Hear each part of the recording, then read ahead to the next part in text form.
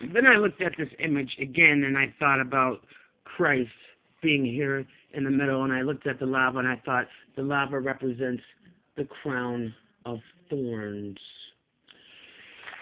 Then I looked at this image again, and I saw the letter M, and I saw the two locks, so I knew it was two M's. And then I turned it this way and looked at the image, and I saw this in the middle with the lava up top being spewed out, and I knew that to be a letter I, so I had I-M-M. But I knew that the Roman numeral I means the number 1, and the first letter of the alphabet is A, so I had I-M-A-M. So then I knew I had the face of the hidden Imam.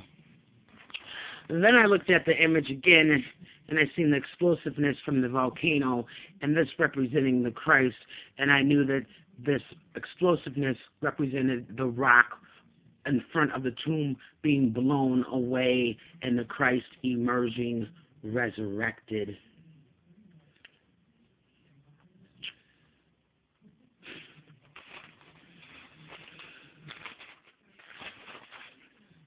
So I want to make sure I got this right. This image represents the menorah, the 7 candles, the 1 lit.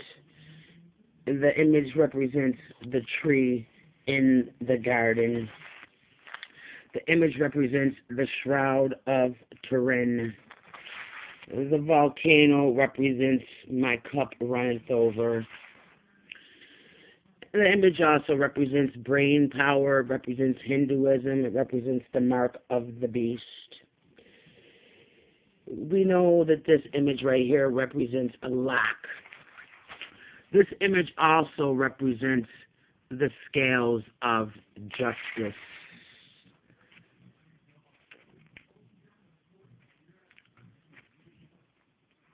This image also represents the Japanese Shinto. This image also represents bless you. This image also represents the beheading of John. This image also shows the crown of thorns. This image also shows Calvary. This image also shows the hidden Imam. This image also shows this is my body, this is my blood.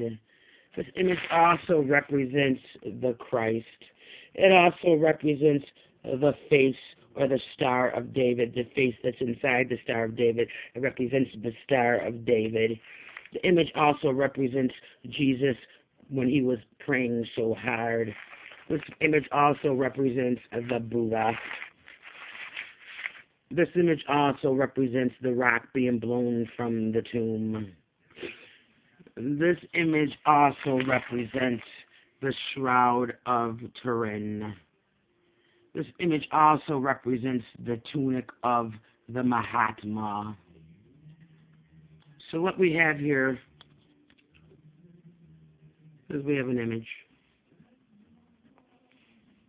We have the Shroud of Turin, which is saying so much. These things I would not know, people. These are things that are given to me by God.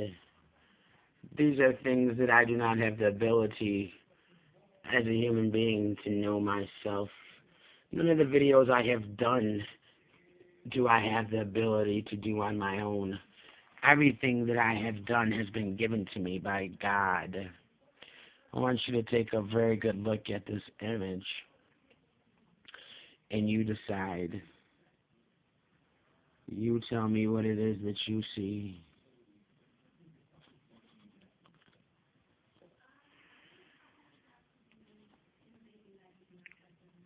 My next video, I'm hoping, will be my last video, and I will talk to you about communion in the Catholic Church.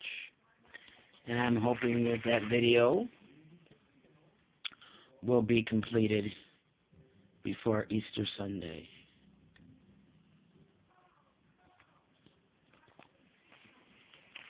It kind of looks like somebody who was behind a veil or behind a mask or behind bars whose mouth cannot be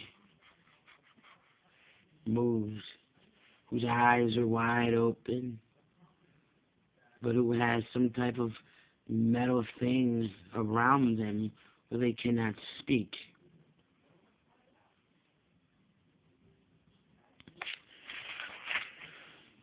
I give you the Shroud of Turin.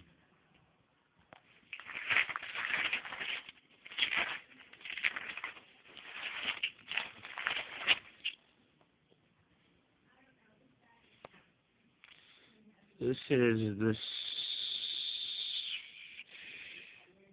is a little drawing I did before I got to that, before I came to be able to do that, the drawing of the Shroud of Turin and the explanation of that.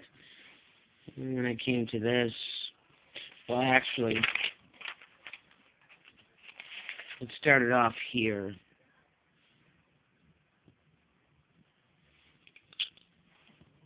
And that drawing that I did led me to this drawing.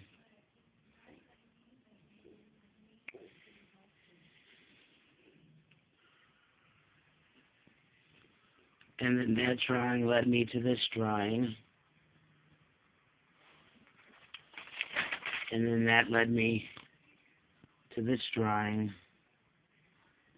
And then that led me to turning it this way and giving you the Shroud of Turin, giving you the Mahatma, the great soul in tunic.